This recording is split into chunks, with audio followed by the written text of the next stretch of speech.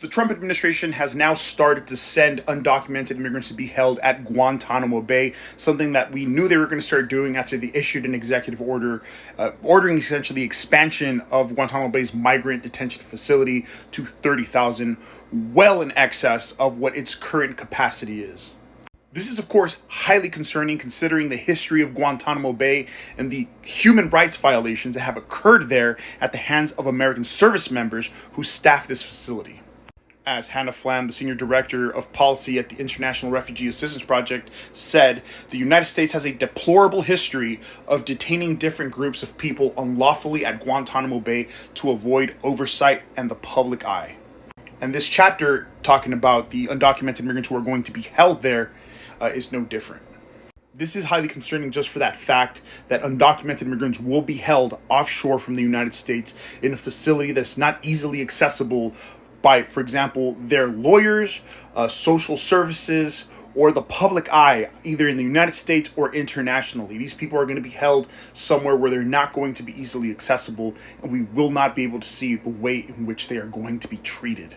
And again, given the history of torture and sexual abuse at the hands of American service members at this facility, this is highly distressing.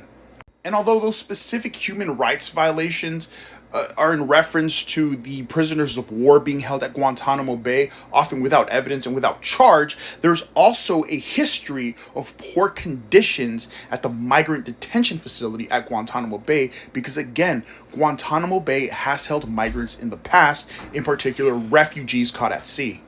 In this report by the International Refugee Assistance Project, they state, former IRAP clients, other detained refugees, and former staff at Guantanamo Bay describe the dilapidated building with mold and sewage issues, where families with young children are housed alongside single adults. They are denied confidential phone calls even with their attorneys and punished if they dare share accounts of mistreatment. Refugees are regularly confined to their rooms for weeks at a time, and although the GMOC detains traumatized children, there are no educational services or pediatric psychiatric care provided to them. These refugees are forced to endure this treatment until a third country agrees to accept them for resettlement, even if they have family in the United States, and the process can take years unless they choose to return to the persecution they fled. I firmly believe that as a result of this decision, that the conditions in Guantanamo Bay will devolve to concentration camp conditions, and that human rights abuses against the detainees will occur.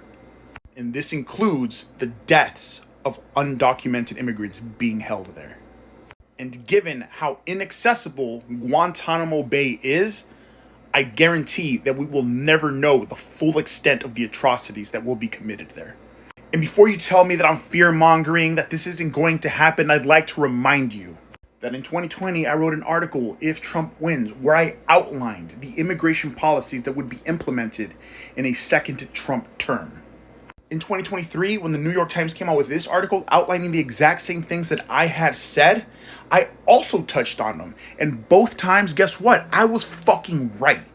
So when it comes to Guantanamo Bay, instead of saying, oh, you're fear-mongering, don't worry, being naively optimistic about this and saying, nothing's gonna happen, please fucking listen, dude. Write your fucking congressman, write your fucking senators, dude. We need to do something about this. People's lives are literally on the fucking line.